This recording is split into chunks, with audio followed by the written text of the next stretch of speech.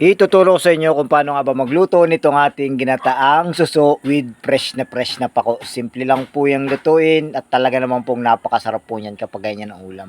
Una, ating lalagay po muna sa kawali yan. Tanggalan po dapat ng pit niyan para mas madaling sipsipin. Unang ilalagay po natin dyan yung malabnaw na gata para yun po yung maglalabog dun sa loob ng suso. At lagyan po natin ng isang kabuong luya para mas masarap pa. At konting asin pang paalat po niyan. Hintay lang po natin yung kumate. Saka po natin ilalagay dyan yung malapot na gata kapag yan po ay kumate na.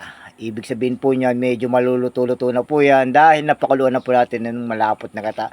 At syempre pangpagana, 4 na siling labuyo para sa ating paganang pagkain. At yung ating nakuhang fresh na pako, isang plangganang fresh na pako po ang ating lalagay dahil libre naman po yan.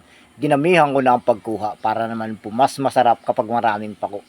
Pakuluin lang po natin yan habang yan po ay kumukulo, halo-haloyin lang po natin para maluto na po yung gata at napakasarap po niyan sa bahaw.